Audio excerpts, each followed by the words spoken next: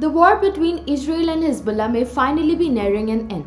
But the big question is, will peace last? Late on Tuesday evening, Israel's cabinet approved a ceasefire agreement with Hezbollah through the Lebanese government. According to US President Joe Biden, the ceasefire is set to take effect at 4 a.m. in Lebanon. After more than a year of violence, this could mark the beginning of a fragile peace.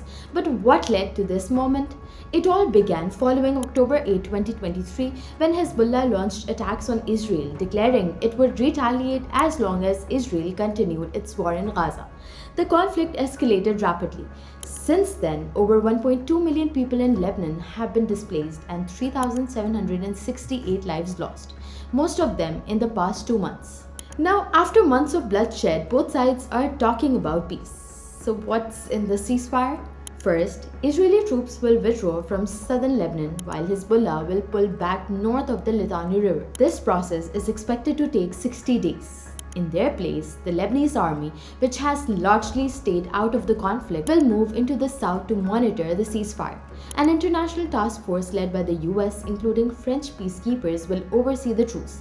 But this is not just about soldiers. What happens to the 1.2 million displaced people? Civilians from both Lebanon and Israel will be allowed to return home. But the destruction in southern Lebanon is catastrophic. Entire villages have been wiped out, and it's unclear how many will even try to return. In Israel, many northern residents are expected to remain wary of the ceasefire stability.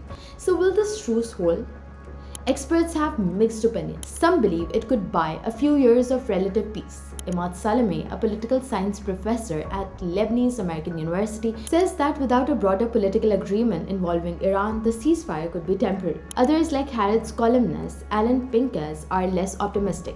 He warns that the deal's reliance on the Lebanese army makes it fragile and difficult to enforce.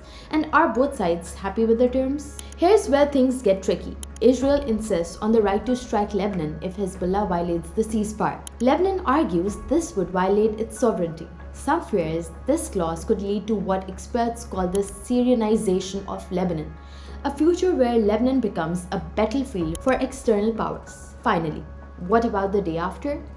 The destruction is immense. 37 villages destroyed, major neighborhoods in Beirut, Nabatea, and Tyre flattened. The displaced, mostly Shia Muslims face a long road ahead. With Lebanon already struggling through a severe economic crisis, sectarian tensions could flare.